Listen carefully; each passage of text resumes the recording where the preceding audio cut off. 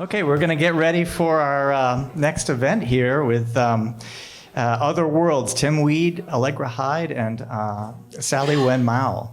Sally?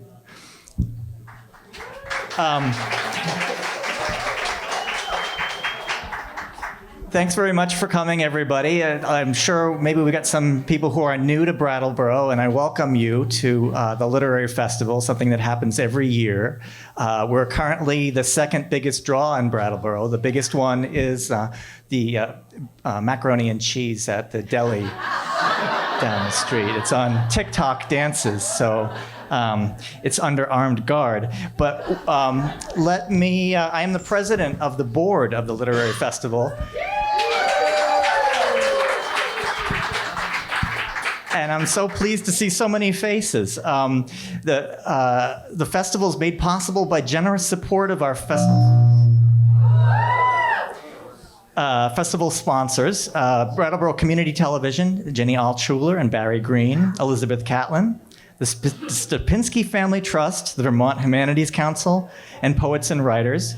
We'd also like to thank our advertisers, and we encourage you to support them. The special sponsors for this event are three authors of Other Worlds, are the Walpole Book Group, the Wild Book Company, and the Short Story Book Group. And something about the Wild Book Company I want to mention is that Molly is back there selling books. And after this event, and if you like the fiction, you can go buy a book and have it signed by the author, one of these authors. So that's very exciting.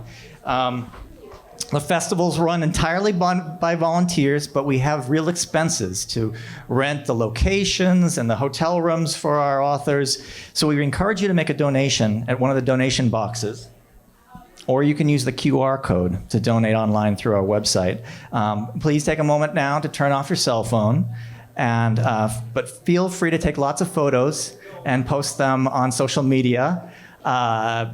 We worked for the mac and cheese, it probably will work for us. So take as many photos as you can. Could I welcome Allegra Hyde, Tim Weed, and Sally Wen Mao to join me?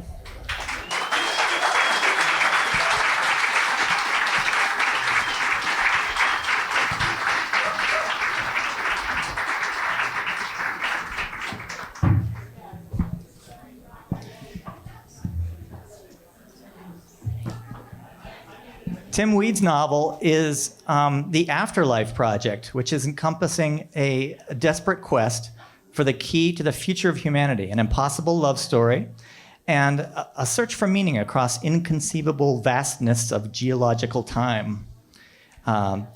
Allegra Hyde, her short story collection is called The Last Catastrophe. I've read all of these books, and they're amazing. You're going to want to buy a copy and have it signed.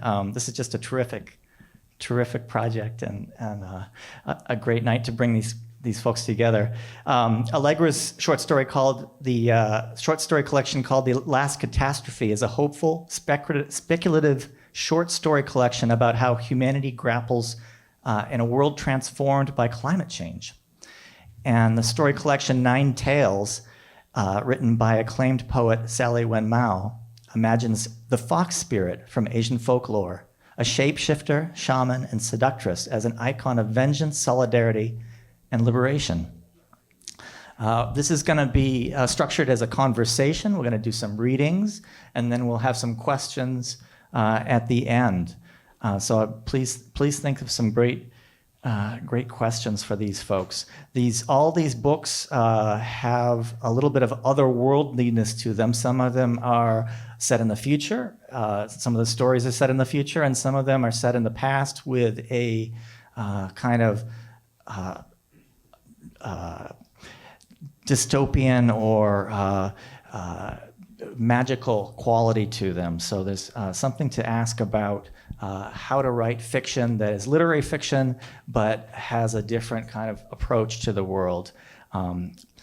Let me just set up these authors so we know who they are and what they do. Allegra Hyde is the author of the story collection Last Catastrophe and two other books.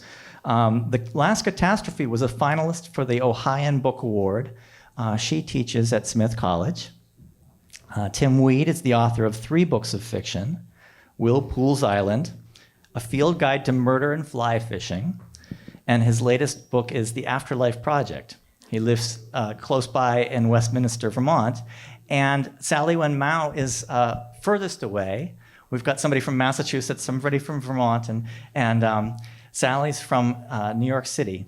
She is the author of the poetry collection, The Kingdom of Surfaces, and 2 previous poetry collections. Her debut fiction collection, Ninetails, is the book we're talking about today. So welcome. Let me ask first, an icebreaker. What is it like to write?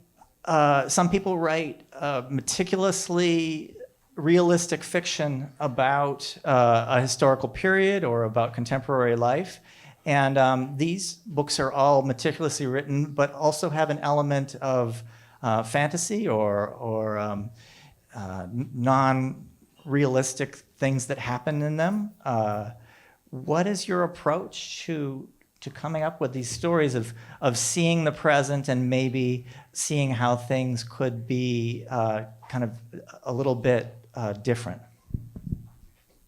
Do we have? Is that one mic we're going to pass around? Do we just have one microphone? Let me see. Oh, that's perfect.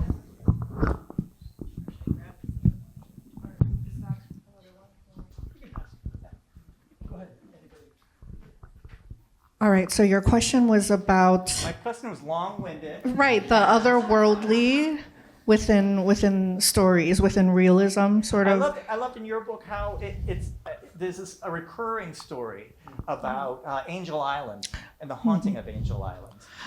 Yes, so I have a novella within this collection. It's called The Haunting of Angel Island, and it was actually based on a historical truth, right? Which is that migrants from China and from all over the world had to go through the Angel Island immigration station in San Francisco between 1910 and 1940, and the immigration detention center was primarily built in order to enforce the Chinese exclusion laws. And I remember actually going there on a field trip when I was 12 years old, and just learning about this history, and also witnessing the poetry that was written on the walls. They had managed to preserve some of the poems that the Chinese detainees were carving into the walls. And I remember that made a huge impression on 12-year-old me. And I set out to write a novella length piece set on Angel Island, but at the time I was also working on Ninetails, and I thought, well, it's historical fiction, but that doesn't mean that I can't introduce the lore, right? Because as I was doing my research, I noticed that there was lore within the population that were detained. There was lore about women weren't going to the lavatory at night because it was said to be haunted. And there's all sorts of stories of people who tried to escape and people who were deported back to China.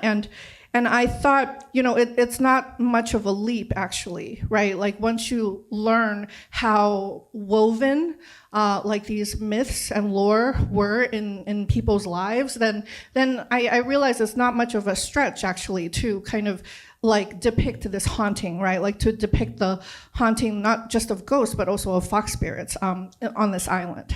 Okay. I think to kind of continue this thread of speculative or magical ideas not being much of a stretch in a way. That was something that was on my mind when I was writing my story collection, The Last Catastrophe. I was researching examples of climate change that fall under the umbrella of something called global weirding, which is another way of thinking about global warming that emphasizes the way that various aspects of ecology just get really strange. And so I came across an article, for instance, about moose. I'm sure up in Vermont you're familiar with this creature. This was an article about moose turning white because they had so many ticks on them and they were literally being bled dry in a way. And that image of a ghost moose, in a sense, became the engine for my story, The Tough Part, which is about two people who put on a moose costume to try to help the moose ultimately. And so that's kind of silly. It's kind of an exaggeration. It's ultimately impossible, but it was a way for me to get to the heart of a real issue that I cared about. That's a wonderful story, by the way. So, I'm fascinated by the idea of mythology, and I'm glad that you mentioned that, because I think that we're sort of a culture that is missing a mythology. Our mythologies have become less important to us, less realistic, less resonant for us, and so I think that I think of fiction as being part of, as a sort of a tapestry of mythology, and so that's the way that I viewed this book. My first couple of books were more in the literary realist, mimetic realist vein, sort of.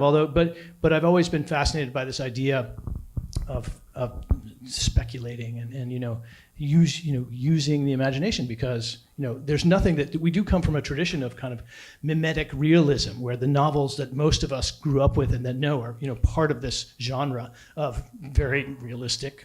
But there's nothing that says we have to write that way. And so for me, with this book, it was part of the challenge was to write about big things and to try to do it in a way that was fun for me and speculative. And so, yeah.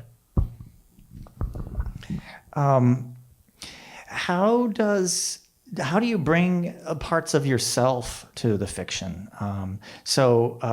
Tim, you have spent a lot of time thinking about the natural world and studying the natural world. Tim has had a past life as a guide in places all over the world. And one thing that the critics praise about this book, among others, is that you have this gorgeous poetry about plants and animals that are existing in 10,000 years, where as a species we're dwindling, and that's part of the plot of the book. But this guy Nick wakes up, and there's these beautiful descriptions. Is that part of? Did you draw on that as part of? Yeah, thank you. So when I had the idea for this book, I was working for National Geographic. I was what was called a featured expert, it's a long story, but I was on a National Geographic trip giving a series of lectures, and I was in Tierra del Fuego. It was a beautiful, incredible wilderness area, and there were some scientists aboard the ship, and I was talking to them about this idea of maybe, because I wanted to do a book that was maybe a little bit futuristic, that was based on scientific research. But it was partly just the fact that we were in this wilderness area, and so wilderness has been a part of all my fiction for a long time. I think it's part of, I think that descriptive writing is part of what makes fiction immersive, and so I like to put my characters in situations that are maybe a little bit out of the normal, so that you have to describe. And for me, going through this vast wilderness area in Tierra del Fuego, it gives you that feeling, which many of you probably have already had, about if you go camping and you spend 3 or 4 nights out in the wilderness, you start to feel connected to the earth in a way that maybe you don't in your daily life. And so that part of my goal with this book was to try to capture that a little bit. What part of yourself do you bring to your writing? I think when you're a fiction writer, even though you're making stuff up, you're always in there. At least I find that to be true. And I also find that in order for a story to ultimately really work, I have to give it a little blood. I have to give it a little bit of some pain or a difficult experience or a burning question that is mine alone. So even if I'm writing about something really strange, like someone growing a unicorn horn, for instance, I'm still drawing on a well of experience to give the story emotional authenticity. I love your answers, and also about like nature and myth. Like we think of these things. Well, I mean, I live in New York City, right? So I'm not usually in nature. This has been really nice these last few 2 hours.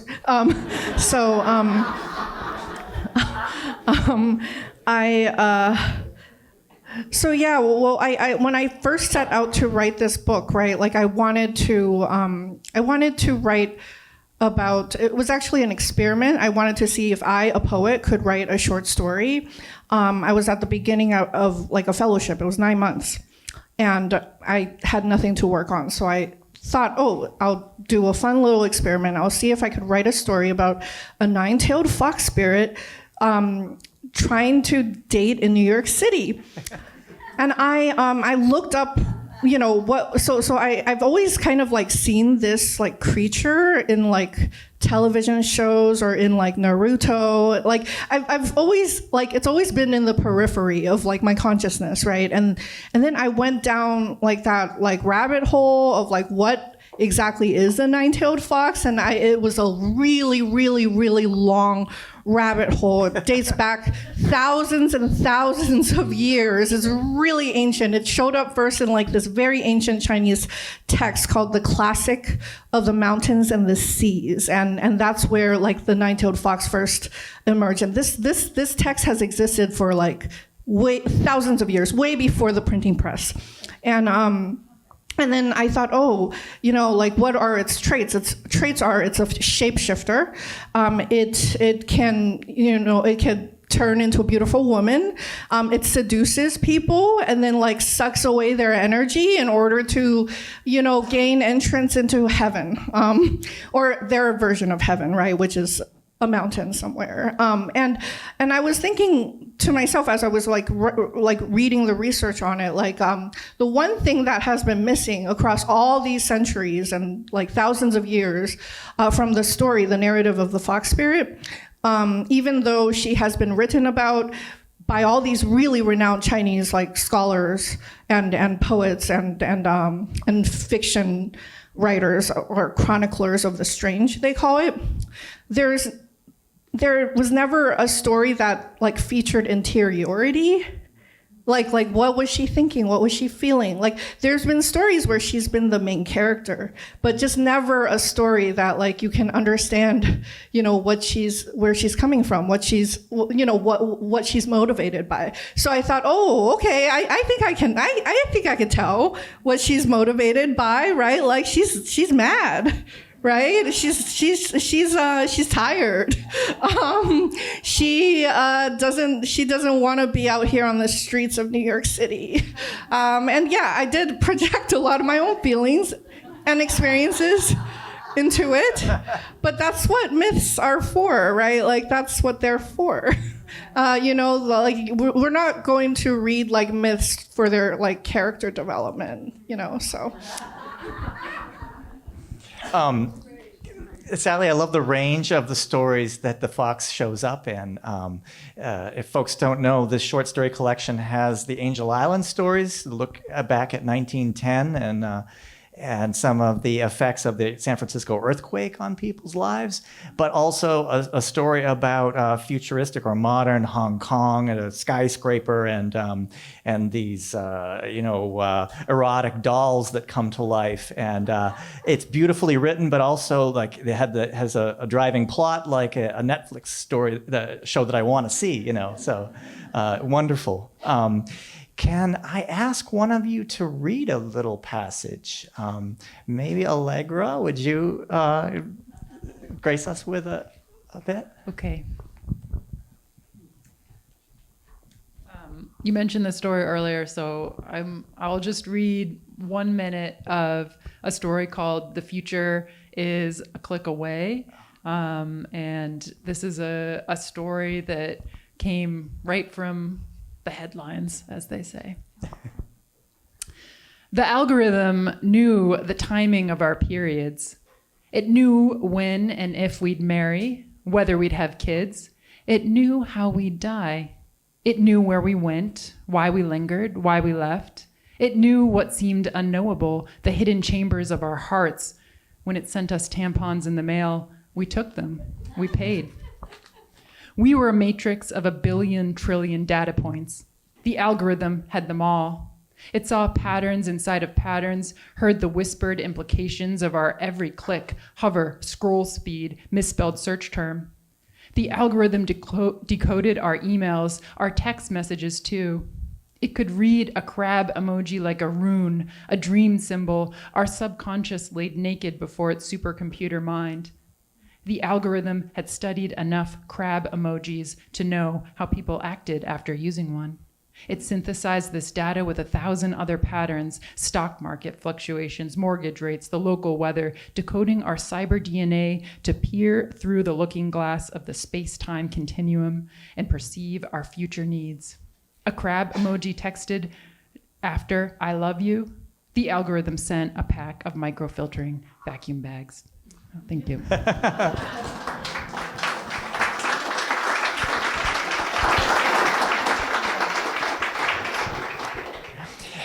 And as we were talking before, I also love there's a resistor, a person who resists in this story, and it reminds me of some of my favorite people in Brattleboro.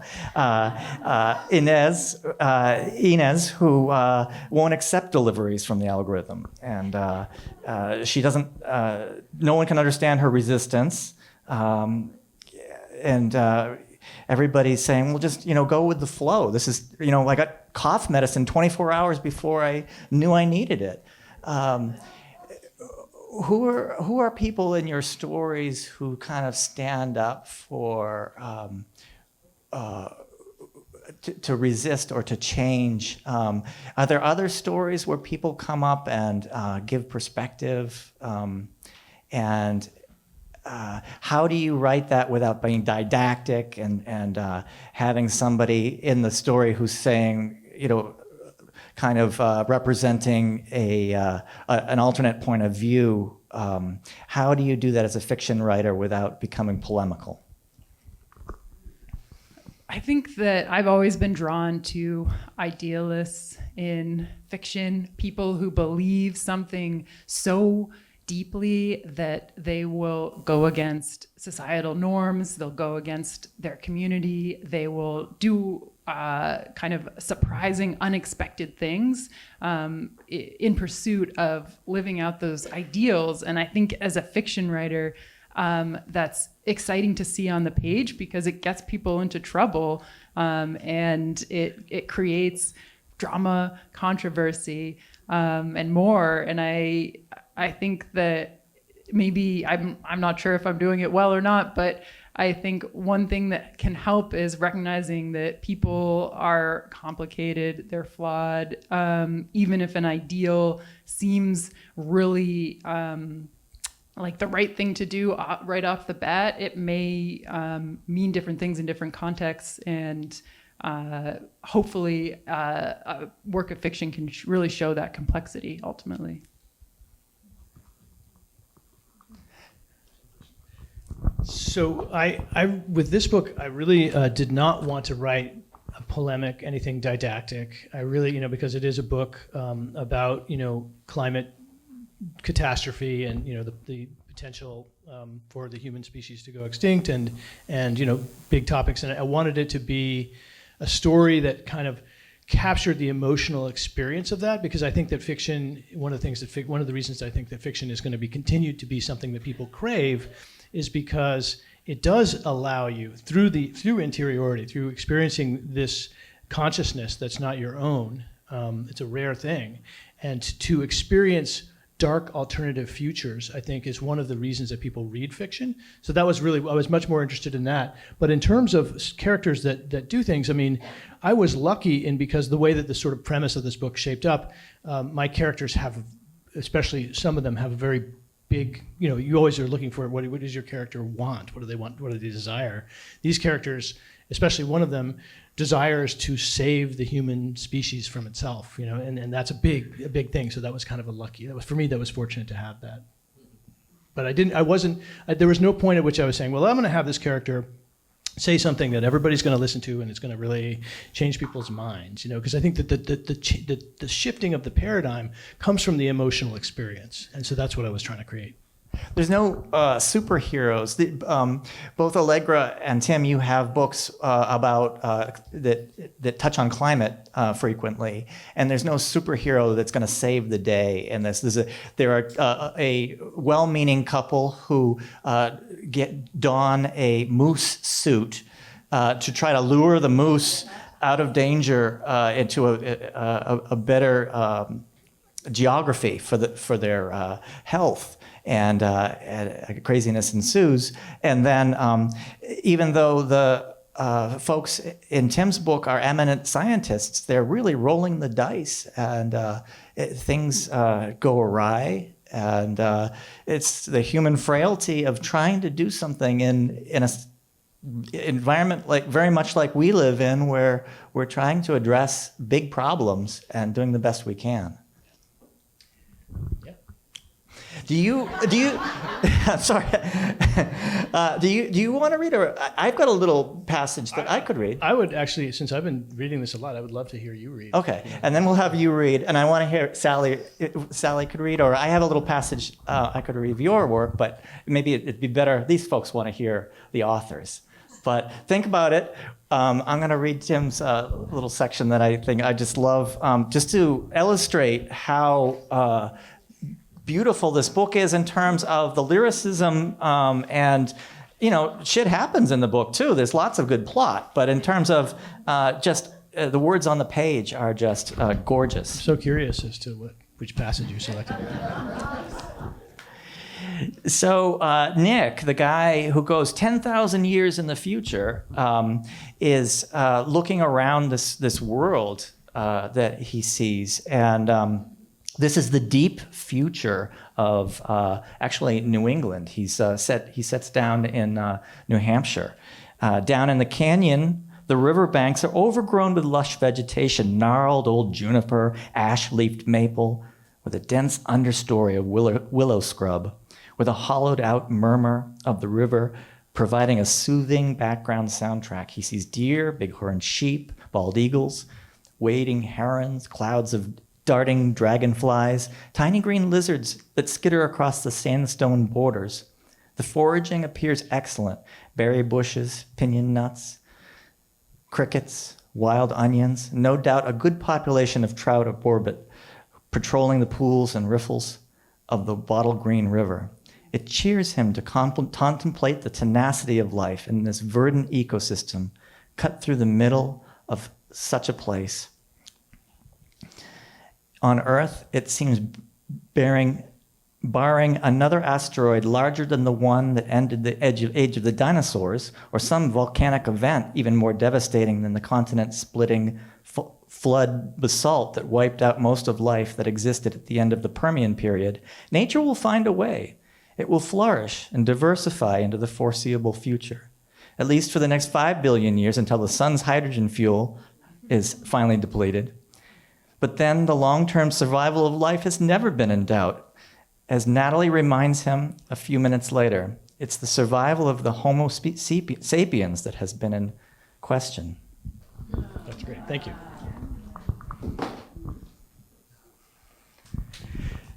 Do you want to read for us, or what do you think? Oh, I want to hear you read too. Okay. I'm going to make you all read later, but I'll just read a little passage I love. Immigration's been on my mind, and I wouldn't fault anyone for joining the Indivisible March tomorrow at 1 at the Common.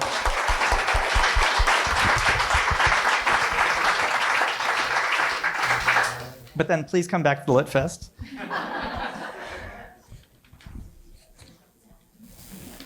So this is just after the San Francisco earthquake of 1906. The main character is Thai. She's working for an immigration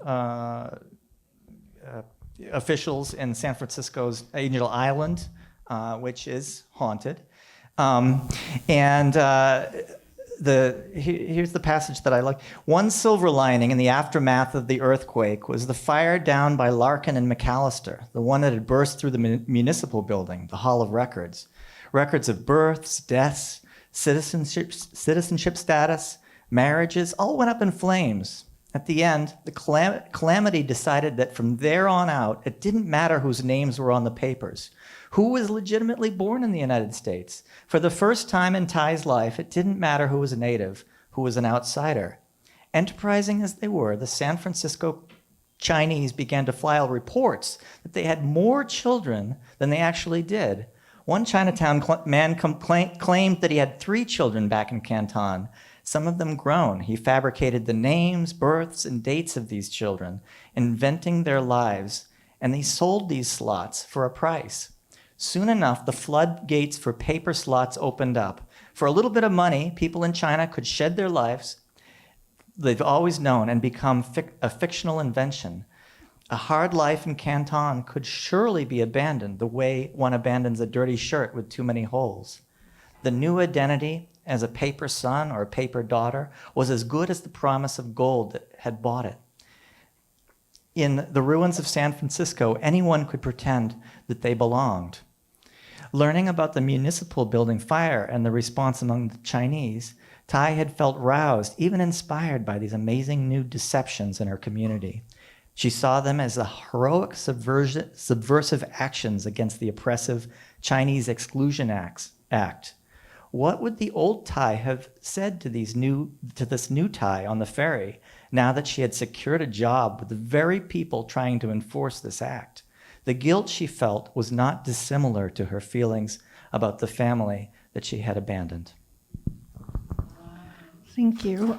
Thank you so much.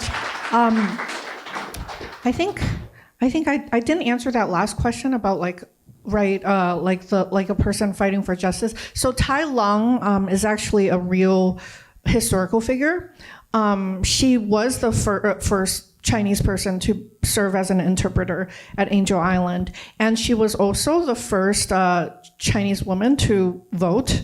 California had legalized voting for women before like the whole country did, so she was the first Chinese woman to vote.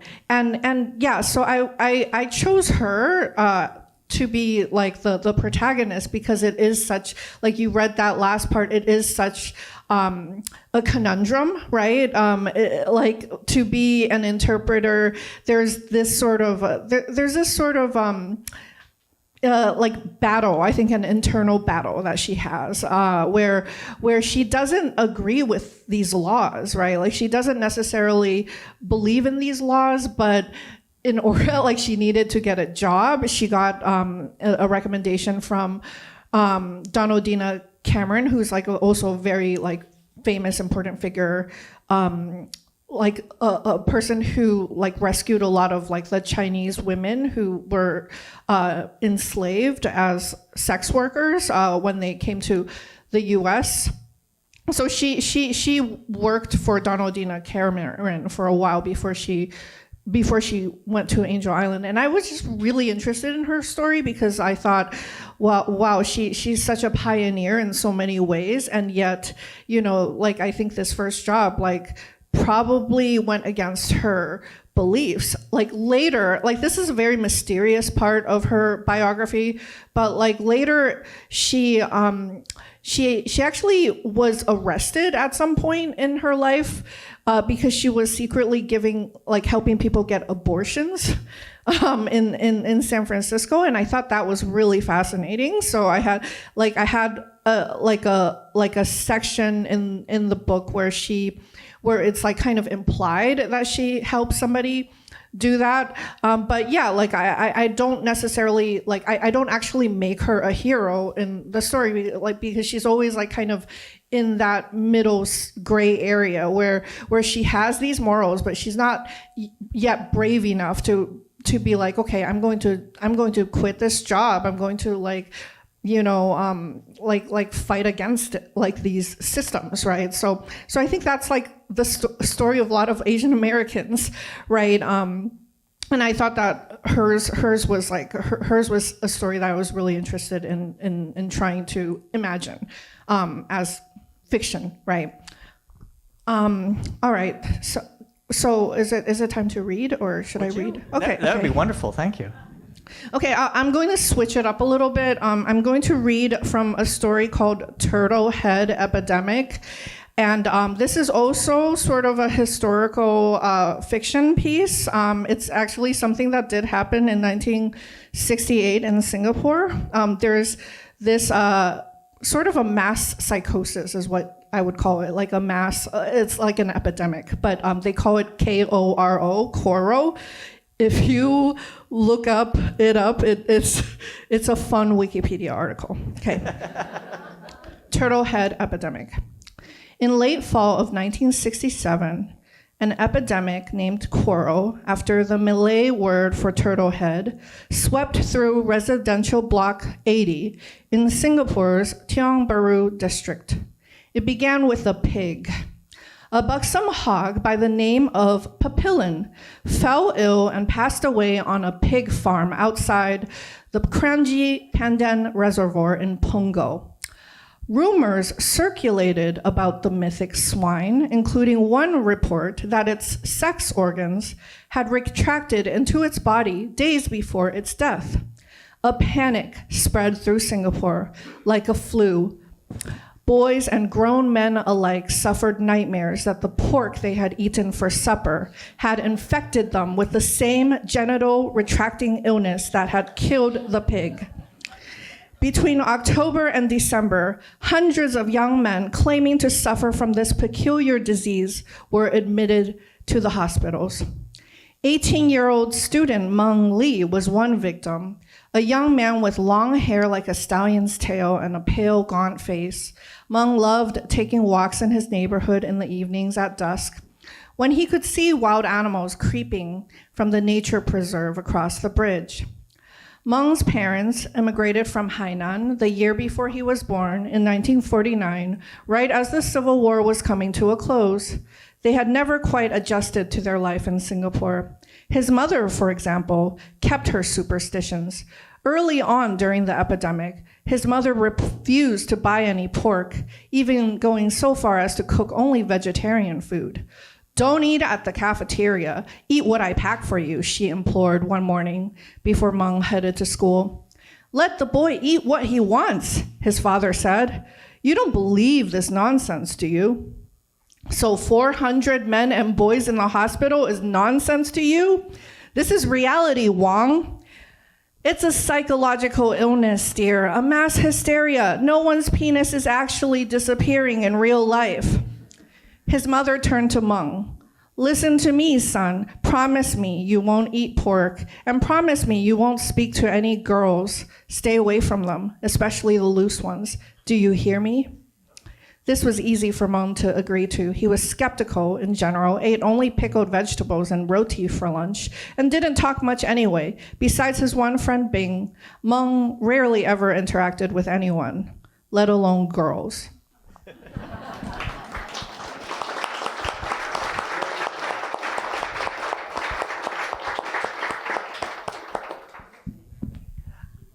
Allegra, do you have the appetite to read a little bit more of anything else in there? I'm going to put you on the spot. And then Tim, and then let's have Tim read a little bit, and then let's open it up to questions. So get some questions on deck if you can.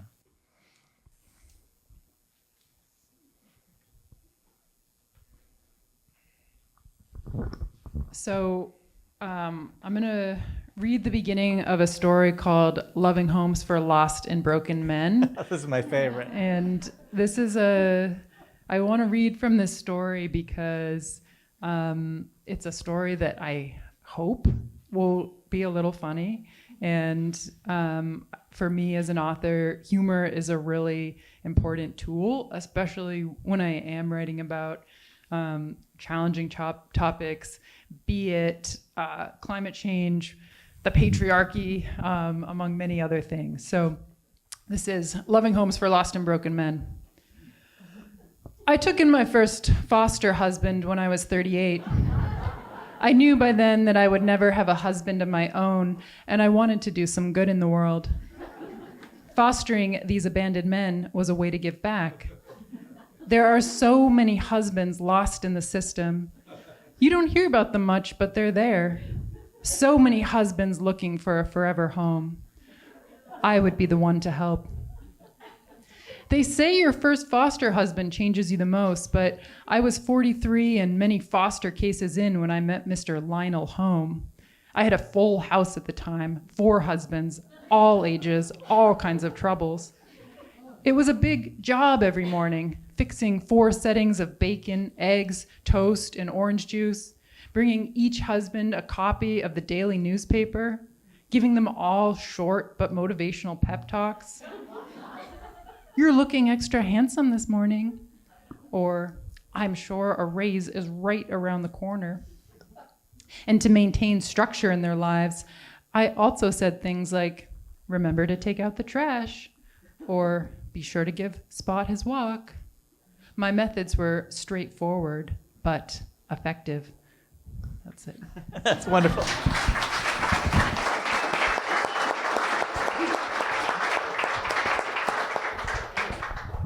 That's a really hard act to follow. Both of those. I don't really have any funny passages in this book, but I can read you maybe one that's a little the opposite of funny. So, I don't know, why not? Or we could just talk, but anyway, okay. So Long Away.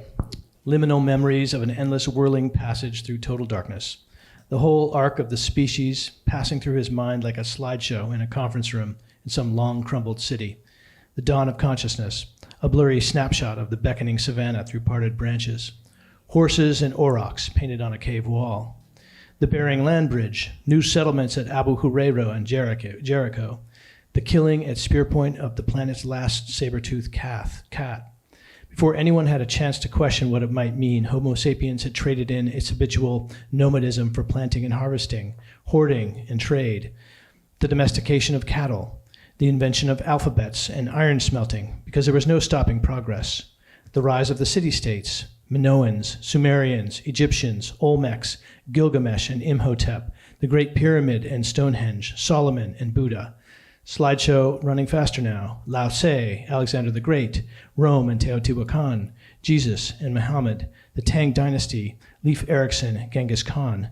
The whole sordid history of ignorance and savagery, of fumbling in the darkness with occasional lunges toward the light. Maimonides and Alfonso El Sabio, Da Vinci and Shakespeare, Zheng He and Isaac Newton, philosophy and learning, art and exploration, advances in science and medicine, the Industrial Revolution and the Technological Revolution, but always the darkness came flooding back. Plague and famine, slavery and prostitution, greed and demagoguery, wars of conquest, of tribalism and religion and race. The senseless slaughter of crusades and jihads, holocausts and ethnic cleansings, and the utter banality of evil. Soon it was his own century, the 21st, a few flickers of hope, followed by a pandemic and renewed violence and accelerating climatological disruption. Bills coming due for those heady decades of optimism and affluence and devil-may-care consumption built on fossil fuels. Deadly weather, raging wildfires, melting ice caps, acidifying oceans, drought and famine, dislocation and war, fracturing societies, mushrooming authoritarianism. The microbial plagues returned, lethal and unstoppable. Homo sapiens losing its grip, falling backward into the abyss. The opposite of funny. That's what.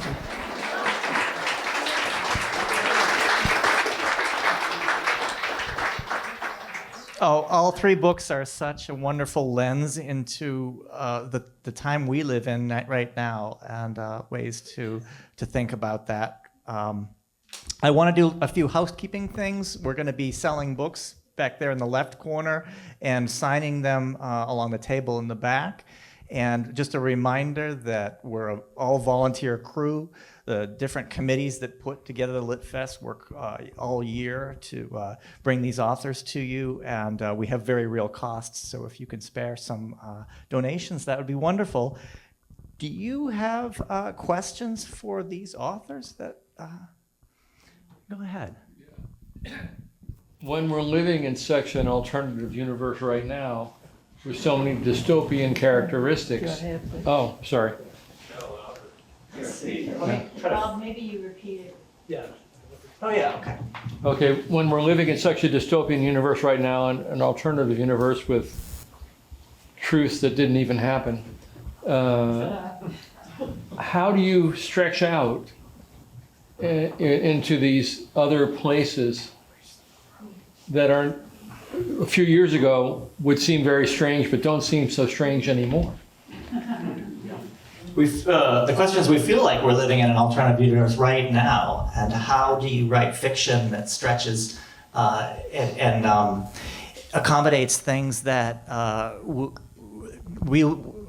anything is believable right now from our vantage point, and how does it feel to be a fiction writer right now in that climate?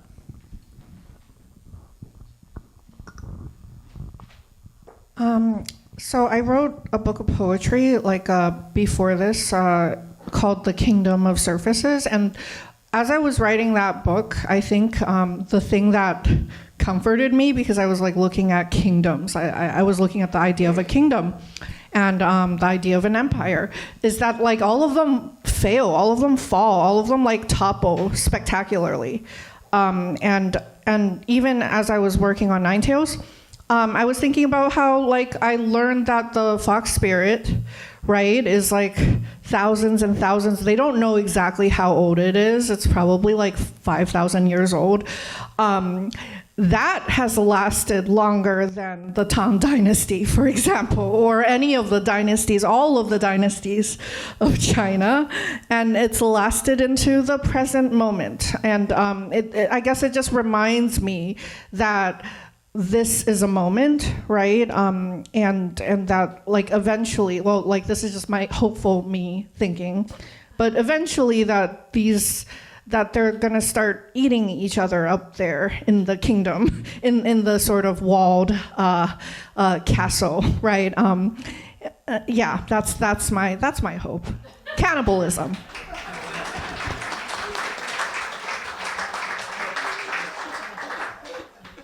I just want to add that one of the many things that I love about Sally's book and Tim's books are the way that your books invoke this post-human perspective. In Sally's case, we're seeing through the eyes of a fox, and a doll. And in Tim's book, where the human experience is ultimately made small in the grand scope of nature. And for me, as a fiction writer, I know that I'm really interested in moving in the direction that you all are moving in, and finding ways to see how our human world is so small and silly in many ways in the grand scheme of things, and that there's comfort in that. Thank you. That's very nice. Yeah, I mean, it is a hard time to be a fiction writer, because fiction is, truth is stranger than fiction. And, try to write a book now about an American president who wants to become a dictator. I mean, it's just, truth is stranger than fiction. But for me, I mean, yeah, I think the post-human perspective, for me, one of the things, I was worried that this book was going to be too dark. Now it feels like escapism. I feel like it really is. It's good escapism. And it's an adventure story. I was trying to write an adventure story that had, a dark premise, but, trying to achieve something positive. But in the end, I think what really kind of struck me about the research that I did for this book was the perspective, the larger perspective of geological time. And the idea that, so I was doing a conference a couple of years ago and I was talking about climate change in fiction, and someone said, how do you keep from getting depressed thinking about these terrible things? And I didn't really know what to say, but the answer that came tumbling out of my mouth was geological time. Because so one of the books I read was a book called The Ends of the World. Well, I'll start. There's another book called I can't remember what it's called, but it's about a geologist, and it basically says that if you look at the average person alive today, our perspective on time, it's equivalent to the average person living in the Middle Ages, their perspective on geography. And if you look at the maps in the Middle Ages, how distorted those are. So, this geologist goes on to say, so look at the reality of geological time. This planet is 4.5 billion years old. Billion. Can you imagine? Can you emotionally imagine what a million years is like? How about 4.5 billion years? A billion years is 1,000 million. And in all of this history, this other book I read is called The Ends of the World, and it's about the 5 mass extinctions that this planet has undergone. Every time life has been threatened, life has 95% of the species wiped out in these 5 mass extinctions. We're at the beginning of the 6th mass extinction. It's not going to be anywhere near as severe in absolute terms as the previous 5, which were all caused by accumulations of greenhouse gases. But this one is actually less severe because the concentration, absolute concentration will be less, but it's happening very quickly. So that's our problem, is can we adapt? But life is going to be fine. And so for me, I was like, that was a really optimistic part of writing this book. And a lot of people, when they read the I was like, wow, you didn't think it was too dark? No, it's optimistic. It's optimistic because life is going to prevail. We just have to worry about ourselves and the species that we share the planet with now, So, thank you. Yeah.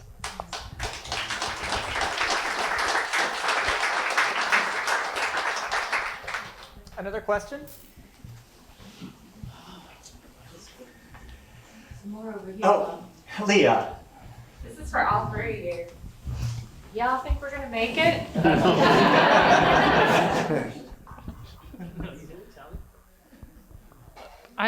I'm even if I oftentimes write dystopic work, I am an optimist at heart, and maybe this sounds a little saccharine in a way, but I really believe in the power of community, the power of compassion, and the power of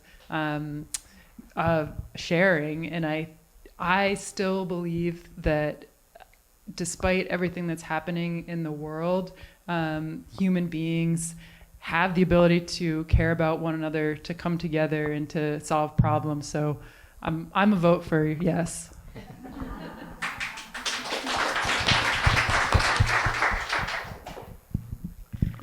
Are we all going to make it? It feels like an abstract question. I don't know. There are people who are extremely vulnerable right now, and I think it's like Allegra said. I think it's up to the rest of us to protect those people who are in danger right now, in some very real, material danger.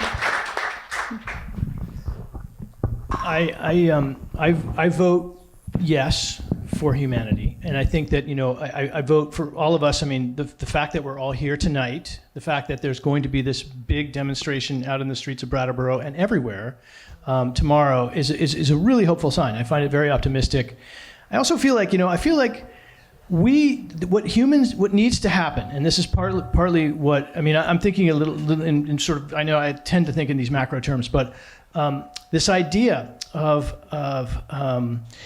mythology and mythology and stories that can, not one story but many stories together, can shift paradigms. I think that's what fiction can do. That one book isn't going to save the world, but lots of stories can shift paradigm. And I think the paradigm shift that we need to see, and that I hope we do see, and that when I came out of this book, that's really, if there's anything I wanted people to take away from this book, it's that we need to go from being the exploiters of nature, from feeling like we are separate from nature, which is, we have evolved thinking that we're above nature, we're separate from it, we're better than that, we can exploit it. We need to get away from that paradigm and embrace the paradigm that I think is our destiny as a species, because we are just one other species in a whole panoply of life, that we are the stewards. We need to be the stewards of planetary nature. And I think if that paradigm shift happens, then I'm optimistic. And I think you can see it happening. It's happening here. So I'm optimistic.